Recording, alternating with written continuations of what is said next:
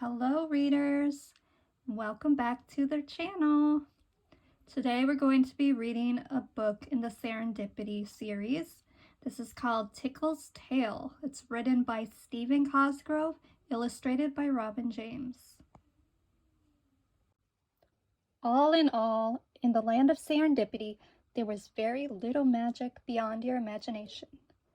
Machu Picchu, near the crystal lake of the mirrors, stood a small stone castle where the odd, magical things happened. Here, lightning flashed and cracked on crystal clear days, and rainbows arched above the walls of the castle keep. For this was the castle of the wistful wizard Wink, master of illusion and magic.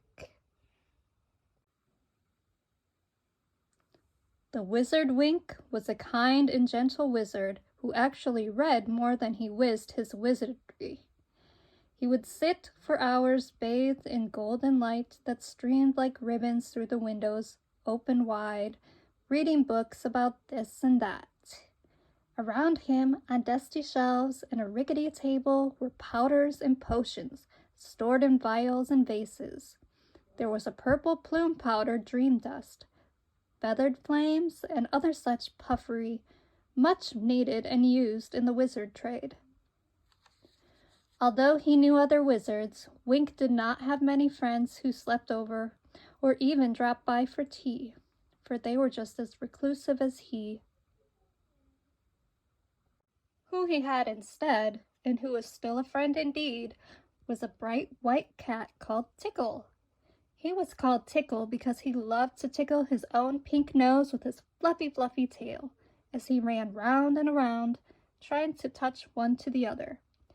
Tickle would tickle in turn and tickle, until the tickles turned into sniggles, and the sniggles into giggles, and the giggles became gales of laughter. Tickle had the full run of the castle, and he would prowl about as cats are wont to do. Sometimes he would look for scurrying mice that never seemed to be found. Mostly he would spend his days on a shelf, curled in a warm ray of sunshine. From his lofty perch he would watch with a lazy eye as the wizard Wink read from his book of magic and whisked and whipped his potent potions. Now, the wizard didn't have many rules, and the rules he had were simple and brief. Sip your milk, don't slurp, and never touch the magic. Content with the fact that Tickle understood the rules, the wizard set out one day for the village and left the kitten all alone.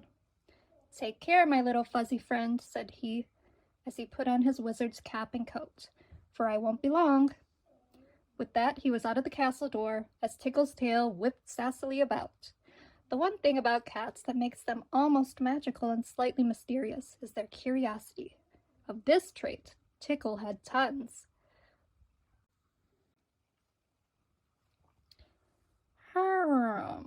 He thought, as he stretched and arched his back. "I'm very curious if there is any milk in the dish." With that, he pussyfooted across the wizard's table and jumped to the floor below. He wandered and wandered about the castle, looking for his saucer. But look though he might, no dainty dish could be found. Purred Tickle as he rubbed his tickly tail around the ladder's rail. Curiously, when there is no milk, there are always mice. Beyond milk, mice are very nice indeed. Off he ran to look about for a mighty mouse or many mice that might be skittering about. Tickle looked here, Tickle looked there, but nowhere could he find any mice, or for that matter, even one single mouse. He looked in the gnaw hole in the castle wall. He looked in the untripped trap in the dusty hall. He looked and looked, but look though he might, Tickle found nothing at all. It was at this time that curiosity, tainted with a bit of hunger, got the best of Tickle, the wizard's cat. He happened to find himself on the rickety table looking about for something to eat. With his tail idly twitching, he sat there in a pool of light on the wizard's book of magic delight. Tickle looked around. Then he looked down. It was then that he saw the most curious words indeed. If hungry you are, if starvation you fear, say these words and food will appear. Hocus pocus, lavender locust, brighten my eyes, bring dinner into focus. Below these words was an ominous warning. Don't use this magic more times than two, though hungry indeed or curious are you. With his eyes scrunched tight, he meowed the words until they echoed all through the castle. This time, as he chanted, he thought and thought of the largest mouse he might. Once again, the skies flashed with lightning and crashed with thunderous roars. But still, nothing happened. Nothing happened at all.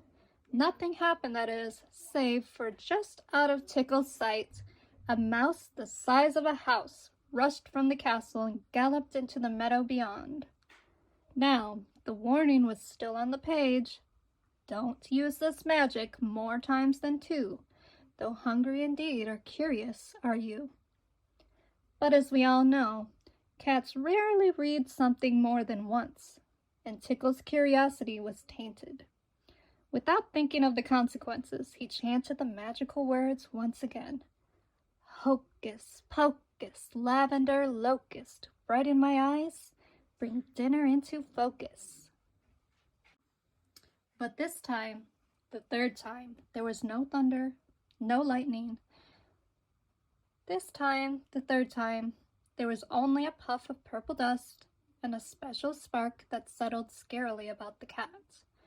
Tickle didn't have time to worry and wonder at this odd event, for out of the window he spied the wizard Wink, wandering up the path and back to the castle keep.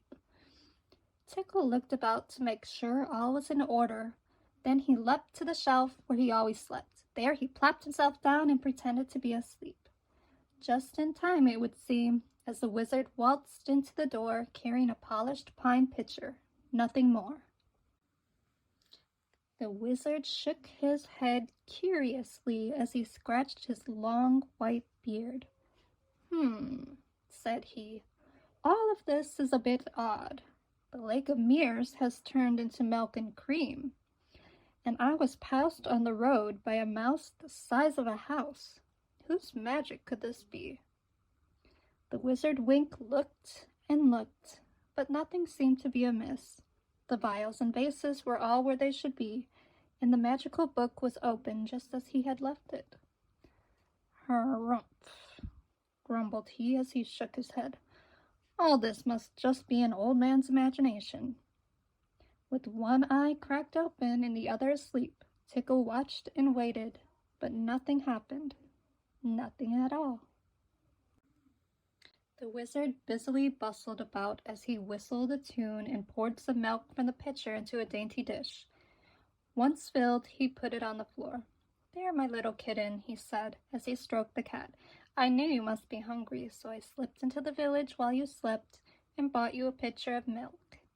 Without further ado, the wizard went back to work, and Tickle lapped at his dinner, delighted with his deception. Ah, yes, he was very relieved that he didn't get caught. Curiosity cannot be bought. What they say is very true. When wrong, you'll always get caught, not by him or them, but you. Although this curious cat weaved and deceived, doing what was very wrong. Tickle never did get caught, but he now has a tickle tail 3 feet long. Yes, Tickle's tail is much too long. He can no longer play, and everywhere that Tickle goes, his tail gets in the way.